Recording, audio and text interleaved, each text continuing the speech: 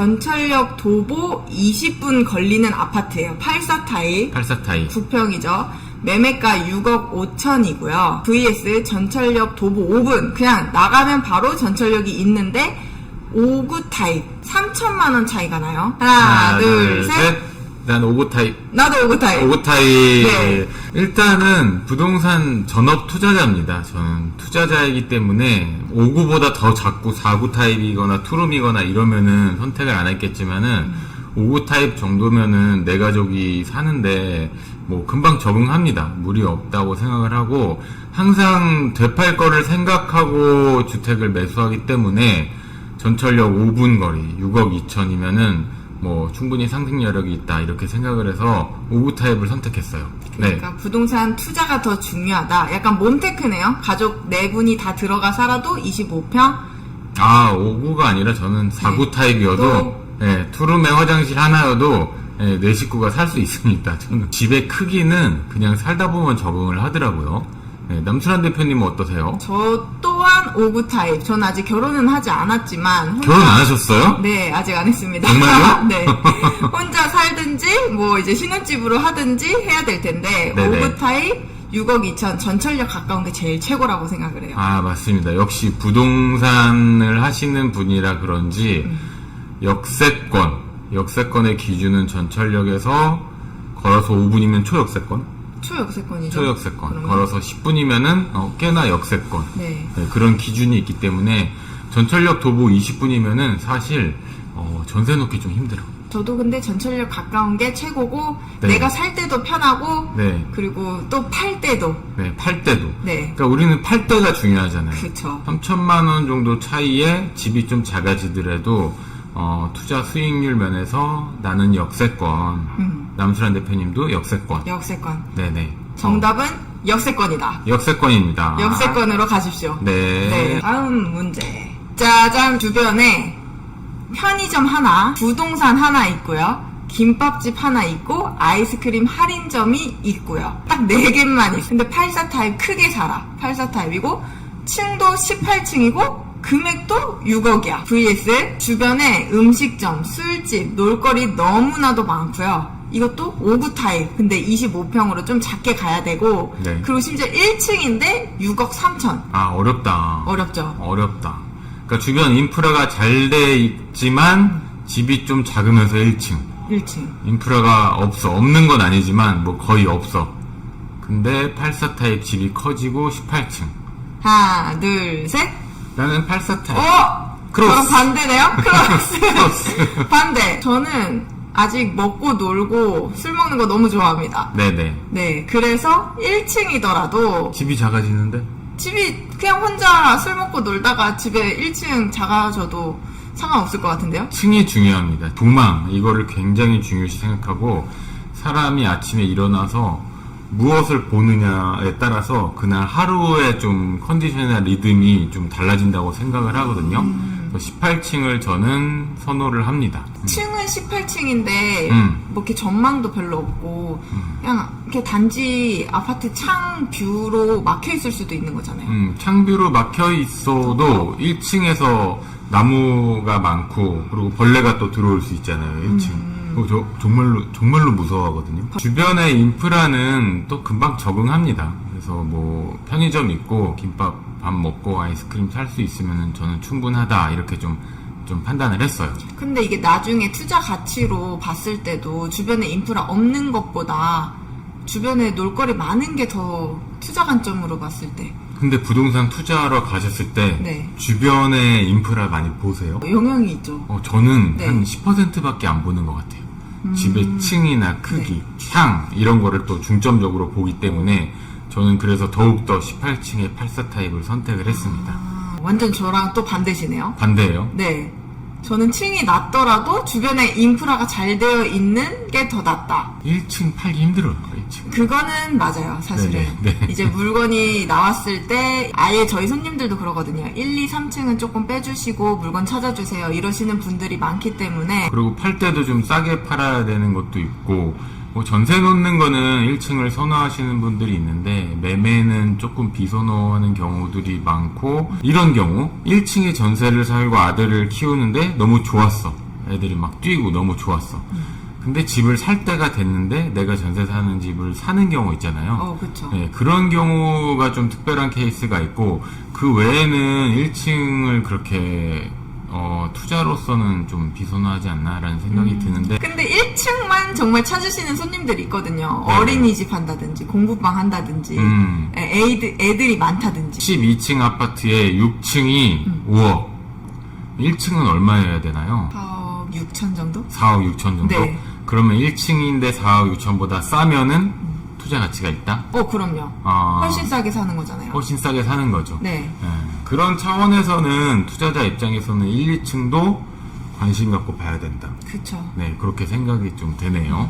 아까 전에 1층 좀 더 싸게 팔아야 된다고 하셨지만 내가 살 때도 좀 더 싸게 사는 거거든요. 그렇죠. 시세가 있는 거죠. 네, 결국은 똑같은 것 같아요. 판상형, 이제 4베이죠. 네. 안방, 거실, 작은 방 2개, 딱 남양집인 거예요. 5층에 7억, 타워형이라서 마통풍이 안 되고 부엌 쪽으로 창이 없어요. 층은 17층. 아까 17층. 층 높은 거 좋아하시는 층이 거 있죠? 중요합니다, 저는. 네, 금액도 6억 7천으로 3천이나 더 싸요. 하나, 둘, 셋.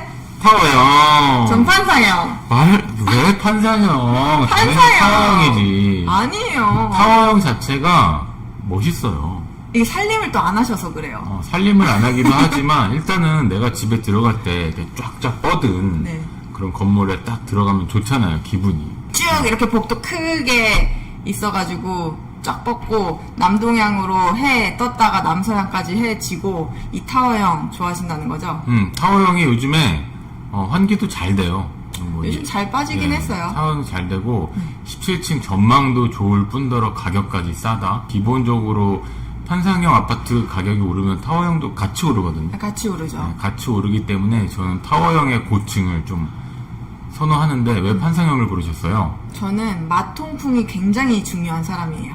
타워형 부엌 쪽에 창이 없으면 좀 답답한 느낌이 저는 들더라고요. 층이 제일 중요한가요? 층이 아주 중요하고 네. 층이 곧 전망이고 전망이 곧 전망값이 있는 거기 때문에 높은 층을 저는 굉장히 선호합니다. 근데 요즘에 생각해보니까 신축 아파트들은 환기를 이렇게 문을 열지 않고도 환기 시스템이 다 되어 있어서 버튼 하나만 누르면 바로 환기가 되거든요. 문 안 열고도. 네네. 그러면은 또 괜찮을 수도 있겠네요. 짜잔! 석가산 설명 좀 해주세요. 이 석가산을 얼마나 잘 꾸며 놓느냐에 따라서 그 아파트의 퀄리티가 달라지거든요. 돌산이에요, 돌산. 석가산. 돌산. 네, 돌산을 얼마나 멋있게 잘 꾸며 놓느냐, 거기에 분수가 흐르느냐, 안 흐르느냐, vs. 층이 높은데 앞동이 딱 있다. 네.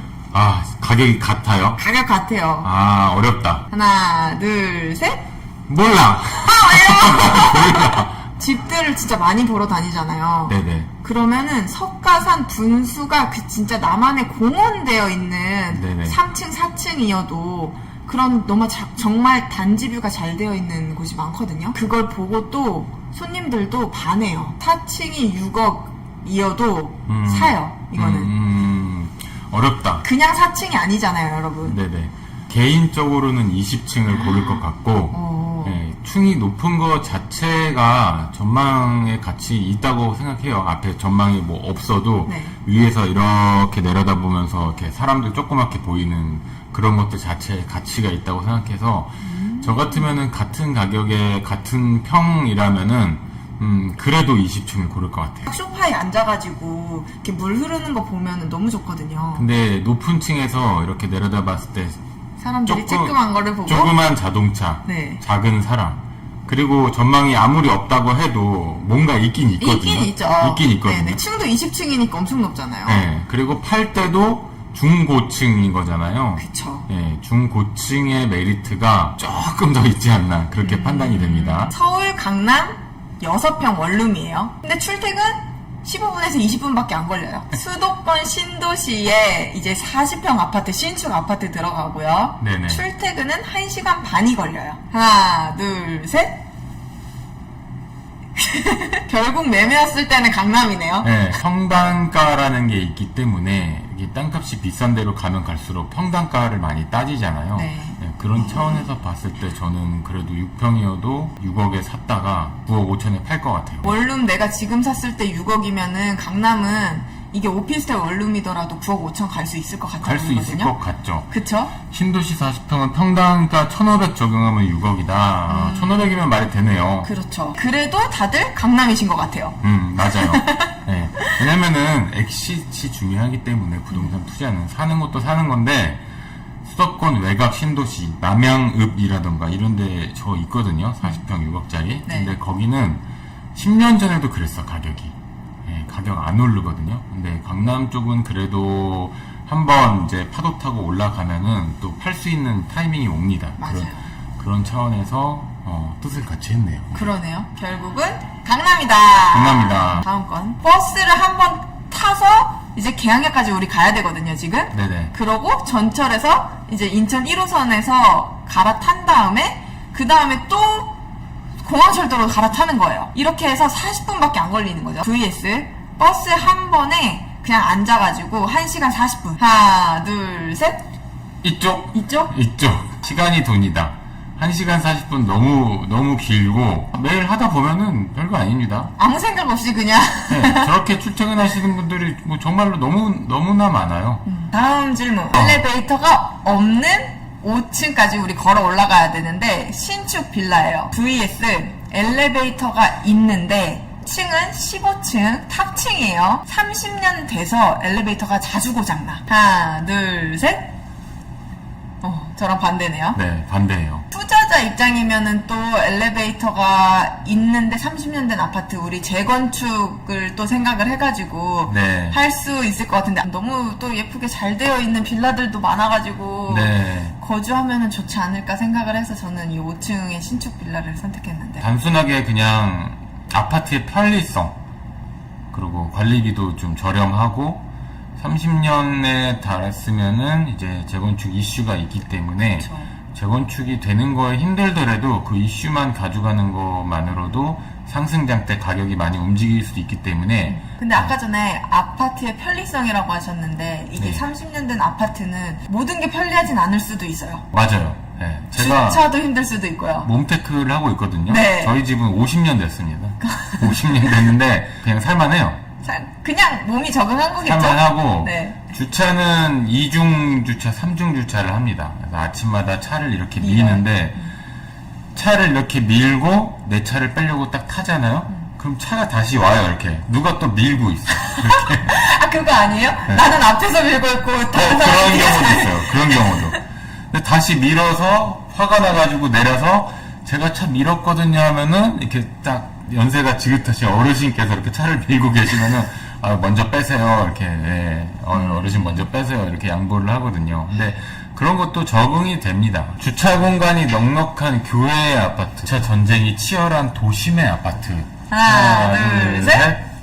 저는 그러니까 역시 투자자. 투자자. 이런 거 결정이 잘 안 될 때는 수요만 따집니다. 시간이 지나면은 결국에는 부동산은 팔게 되어 있어요. 그렇죠. 몽테크를 하더라도 저는 도심의 아파트를 선택할 것 같은데, 네, 어떤 의견이 있으시죠? 이게 우리가 살아온 환경이 조금 달라서 그런 것 같아요. 우선은 네. 서울에만 살았고 지금 또 몽테크로 적응을 하고 계시고 투자자의 그 세팅이 너무 잘 되어 있으신 분이고 지금 계속 이제 성장하면서 정말 그냥 주변 신도시에서만 계속 살았거든요. 네. 그러니까 그런 주차 전쟁이 있어 본 적도 없고 저희는 지금 신도시에 지하 1층, 지하 2층 주차가 있는데 지하 1층에는 차량이 많은데 지하 2층 가면은 주차가 넉넉하거든요. 그래서 항상 늦게 들어가도 주차 걱정이 별로 없어요. 짜잔. 초등학교와 가까운데 오래된 아파트 vs 학교에서 매우 멀어요. 매우 멀다? 아파트. 걸어서 몇 분? 이게 초등학생이 걸어서는 그래도 20분 정도 걸리면 엄청 먼 거거든요. 엄청 멀죠. 네. 하나, 둘, 셋. 오래된 아파트. 오래된 아파트. 네, 초등학교와 가까운. 초품화, 초등학교 매우 네. 중요하거든요. 초등학교 초품화 학세권 정말로 중요합니다. 그래서 대치동이 뜨고 있는 거잖아요. 대치동에 얼마 전에 임장을 갔다 왔는데 공부밖에 할 게 없어요.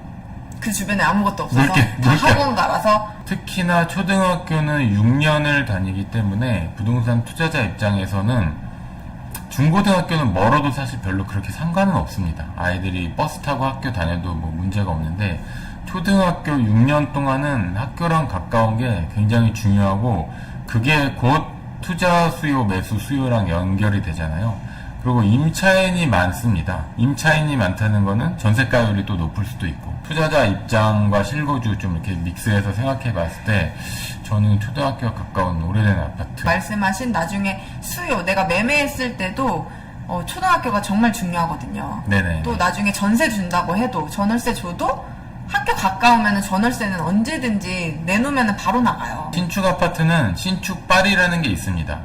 얼어 죽어도 신축을 선택하는 사람들이 있지만, 신축은 10년이 되는 순간 준신축 되거든요. 그쵸. 잠실 엘리트 같은 경우만 봐도 벌써 10년이 지났기 때문에 신축발이 조금씩 떨어지고 있어요. 그래서 신축, 구축이냐도 중요하지만은 변하지 않는 거는 입지. 맞아요. 변하지 않는 초등학교, 지하철, 공원, 백화점, 또 뭐 있죠? 병원. 그러면은 아까 말씀하신 게 신축이 결국은 구축, 준신축에서 구축이 된다. 네네. 그래서 입지가 중요하다라고 하셨는데, 신축 아파트 해서 이제 내가 첫 입주하고 5년 이내에 팔아버리면 근데 저는 단기 투자를 좀 선호합니다.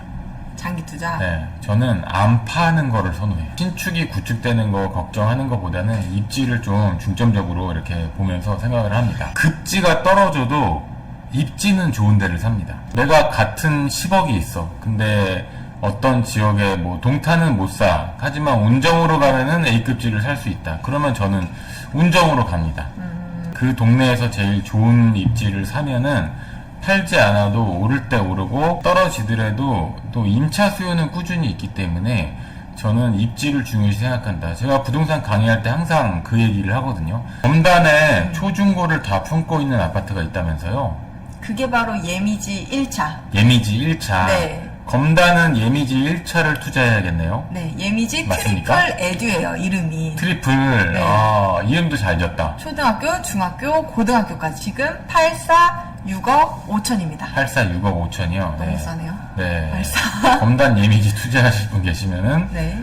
남수란 전화 주세요. 중개사님에게 전화 주시면 됩니다. 네. 밤 12시 나 자야 되는데 네. 발망치 소리가 계속 들리는 집 vs 아침 6시마다 노래를 불러. 나 자고 있는데 이제 일어나기는 해야 되는데 하나 둘 셋. 어차피 눈 떠야 되거든요. 네. 12시마다 발망치 하면은 잠에 이를 수가 없어요. 저는 아침 6시마다 노래 부르면은 10시에 잘 것 같아요. 발망치 없는 집에서 10시에 자서 6시에 노래 부를 때 깨면은 8시간 자잖아요. 저희도 이제 많이 중개도 해보지만 이게 실제 저희 집 사례였는데 저희가 8층 살 때 제가 대학생이었고 제 동생도 다 나가 있었고 부모님도 아빠는 이제 시골에 계시고 엄마만 혼자 계셨었어요. 근데 저희 집을 팔 때 그 밑에 집에서 저희 집 너무 시끄러웠다 이렇게 얘기를 하시는 거예요. 말이 돼? 근데 우리 집에 아무도 안 살았거든요. 그게 진짜 꼭 위에서 소리가 아니구나 이걸 알았었어요. 집을 구하실 때 집의 구조도 한번 보실 필요가 있고, 저는 살고 계신 분한테 물어봅니다. 맞아요. 네네, 물어봐요. 들어가서 혹시 소음 없어요? 이렇게 물어봅니다. 네, 근데 살고 계시는 분이 임차인이든 집주인이든 간에 소음이 만약에 있다. 말씀을 해주시는 분들도 있지만 매도인 분은 내가 팔아야 되니까 숨길 수도 있지 않을까요? 근데 티가 나요. 위에 애들이 있기는 해요. 네. 근데 뭐 그 정도는 괜찮은 소음 정도예요. 아니야. 애들이 있기는 해오면은 네. 소음이 좀 있는 거다. 여기서 약간 좀 캐치를 할 수도 있겠네요. 네, 투자로 보더라도 내 집에 사는 임차인이 불편함을 겪으면 집주인 입장에서 결코 좋지 않습니다. 층간소음은 투자할 때 굉장히 예민하게 좀 봐야 되는 부분이다. 네, 이겁니다. 네. 내가 갖고 있는 게 1층 상가인데 불법을 운영하고 있어요, 사업장이. 게임장. 게임장 같은 거. 불법 운영을 해가지고. 근데 수익률은 5% 정도 나와요. 1층에 수익률 5%면 높은 편인 거예요. vs 7층의 안정적인 병원인데 8%의 수익률이 나와요. 7층이기 때문에 이 병원이 나간다라고 하면은 약간의 리스크는 있거든요. 하나, 둘, 셋. 5%. 5%. 네. 결국 상가는 1층이다 이런 건가요? 상가는 1층이다 그거보다 네. 저는 상가를 사서 제일 아까운 게 뭐냐면은 새 놓는 거예요. 저는 상가를 사면은 제가 장사를 할 것 같아요. 그런 차원에서 1층을 선택할 것 같습니다. 내가 뭐 병원을 운영할 수 있으면 모르겠지만 뭐 그런 것은 아니기 때문에 뭐 필라테스를 운영한다 뭐 그러면 모르겠지만은 기본적으로 다코야끼 같은 거? 타코야키? 뭐 불법 운영을 하고 있지만은 또 어떻게 잘 이제 협의점을 찾아서 내보내고 내가 장사를 할 것 같아. 내 상가에서 내가 장사하면 그게 수익률이 가장 큰 거거든요. 그렇죠. 저도 1층일 것 같아요. 네네네. 아까 말씀하신 지금 불법 운영 사업장이 나가신다 또는 내가 내보낼 수 있다 그러면 내가 거기서 뭔가라도 할 수 있잖아요. 다음 질문은 신도시 신축의 84 타입을 매매하느냐 vs 서울 30년 된 복도식 아파트 59 타입을 전세로 사느냐. 하나 둘 셋. 결혼하고 10번 이사했다고 말씀드렸나요? 네. 10년 동안 10번 이사를 했는데 전세를 사는 거는 내가 매매를 하기 위한 도약 과정 거쳐가야 되는 저축의 효과 전세 제도가 있었기 때문에 집을 살 수 있는 거라고 저는 생각을 하거든요. 근데 매매를 할 수 있다면은 그래도 신도시 중에서 좀 교통 호재나 이슈가 있는 곳들은 매매를 할 것 같아요. 예, 아무데나 다 매매하는 것은 아니고 그래서 상승장 때 뭐 하락장 때는 뭐 계속 실거주를 하면서 살다가 상승장을 만났을 때 잘 매도를 하고 또 이제 급지를 올려서 갈아타기를 하고 이렇게 할 것 같은데요. 상급지로 넘어가기 위해서 매매하고 또 그 다음에 여기서 수익을 발생을 시킨 다음에 또 넘어갈 수가 있잖아요. 네네. 네, 그래서 전세 사느니 차라리 신축 신도시를 매매를 하는 게 맞습니다. 부동산 매매는 중독성이 있어요. 600평 땅을 사면은 400평을 더 사서 1000평을 채우고 싶습니다. 그러다가 비도시 지역으로 가고 농림 지역 땅을 사는 이제 우를 범하는 경우도 있는데 아파트도 하나를 사면은 등기 권리증이 오잖아요. 그럼 이 등기 권리증을 하나 더 갖고 싶어. 모아가는 재미? 부동산을 매매하고 나면은 이제 세상을 보는 눈이 많이 달라집니다. 맞아요. 일단은 바로 맞닥뜨리는 게 세금. 예, 취득세가 이렇게 비쌌구나라는 거를 뭐 1에서 3%인데 뭐 저렴한 거 1%만 해도 깜짝 놀랍니다. 그리고 7월에 놀래고 9월에 놀래고 12월에 또 한번 놀래고. 네. 근데 이렇게 세금이 있기 때문에 저는 부동산 가격이 계속 오를 수밖에 없다 이런 생각도 많이 들거든요. 근데 세금 때문에 집을 못 산다 이렇게 말씀하시는 분들도 있는데 저는 약간 이해는 안 가는 것 같아요. 세금 무서워서 못 산다? 아니라고 봐요. 아니라고 보시나요? 네. 8층 뻥뷰. 74 타입이면은 30평 네. 이렇게 얘기하죠. 30평 6억이고요. vs 3층의 필로티 84 타입 6억 3천. 네. 하나, 둘, 셋. 필로티. 어잉? 어잉? 내 생각과 달랐어. 네. 74랑 59나 이렇게랑 모르는데 네. 저는 84 타입에서 매력을 좀 느꼈습니다. 오. 네, 9평이라는 거는 가장 수요가 많은 게 9평이고 필로티는 필로티 자체적으로 메리트가 있어요. 그리고 2층, 1층이 아니라 3층이기 때문에 3층 필로티에서는 그렇게 점수를 많이 깎이지 않았고 저는 74 타입 뻥뷰를 놓칠 수 없어요, 저는. 뷰에서 네. 또 6억이면 조금 더 싸고요. 네네네. 18층 뻥뷰 너무 좋을 것 같은데요, 저는? 실제로 현장에 계시다 보면은 몇 평을 찾는 수요가 제일 많나요? 9평이죠. 무조건? 네. 84 타입. 뻥뷰의 84 타입이면 참 좋겠다. 너무 좋죠. 그러면 6억이 아니겠죠? 아니겠죠? 네, 네. 7억 5천이겠죠? 그러면은. 네. 재밌었습니다. 네. 영끌에서 신도시 신축으로 가느냐. 네. vs 이제 빚없이 그 신축의 인근 원도심인데 구축인데 올수리가 되어 있어요. 지금 영끌에서 신도시 신축을 검단 신도시고요. 네. 빚없이 인근 원도심 구축이 올수리가 된 게 이제 원당에 84 타입인데 3, 4억이에요. 네네. 근데 내 돈 3억 가지고 신도시에 6억 5천짜리를 매매를 하는 거죠. 영끌한다. 대출 3억을 내야 되고 네네. 여기는 내 돈 3억 가지고 그냥 올수리된 아파트 빚없이 갈 수 있는 거예요. 저는 원도심 구축도 대출을 왕창 내서 들어갈 것 같아요. 원도심 구축에도 네, 그리고 공격적으로 그 남은 돈으로 갭 투자를 할 것 같은데요. 그러면은 구축을 2개 사겠다? 네, 2개 사겠다. 그것도 괜찮은 방법이네요. 이 레버리지 효과를 안 일으키는 게 저는 또 바보 같다고 생각을 해요. 저는 55살까지는 적극 투자자로 살아야 된다고 생각을 합니다. 물론 내가 주식을 잘해. 잘 알아. 테슬라가 1달러일 때 샀어. 내가 성견지명에 있어. 그러면 여러 가지 투자를 할 수 있겠지만은 확률적으로 제 주변에 부동산 투자로 돈 번 사람은 정말 많은데 많죠. 주식이나 코인으로 돈 번 사람은 거의 없어요. 동의합니다. 내가 돈 벌어서 이자 갚을 능력만 있다면 저는 결국 그러면 영끌 신도시 신축이에요. 저는 빚을 내야 된다고 생각을 해요. 그렇게 생각하시는군요. 네, 네. 좋은 방법인 것 같습니다. 검단 신도시 대장 아파트 7억 5천 84 타입을 2개를 살 수 있어요. 근데 여의도에 30년 된 15억 아파트 48 타입이면 한 17평, 18평 되는 거거든요. 그걸 한 채를 살 수 있어요. 하나, 둘, 셋. 저는 여의도 재건축 아파트. 재건축 네. 신도시.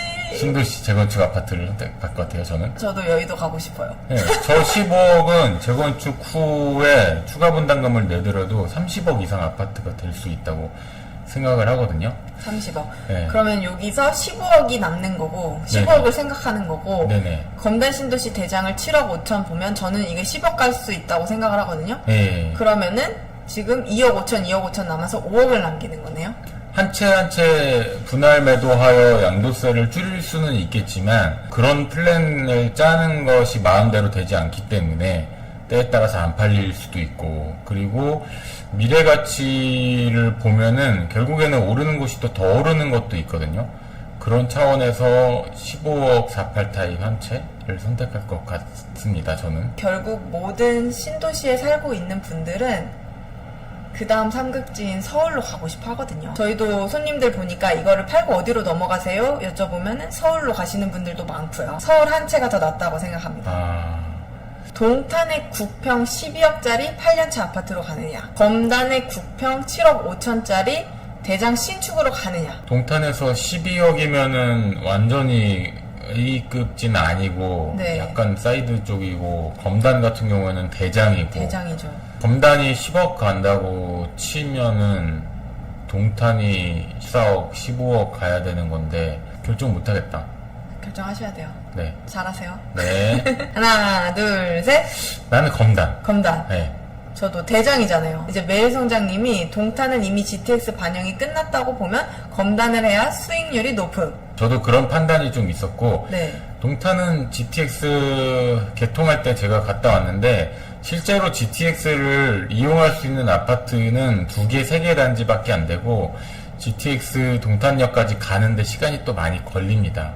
그리고 SRT가 있기 때문에 GTX A 노선은 강남 남쪽보다는 서울역 위쪽이 훨씬 더 그 파급 효과가 있다라고 좀 판단이 되거든요. 근데 검단 같은 경우에는 지하철이 없었는데 들어오기 때문에 7.5억의 대장 신축을 살 수 있으면은 못해도 9억대까지는 상승 여력이 좀 있다고 보고, 물론 선반영이 되긴 됐죠. 되긴 됐는데 실질적으로 이용할 수 있게 됐을 때 임차인이 늘어난다, 이런 차원에서는 갭투자자가 같이 늘어날 수 있다.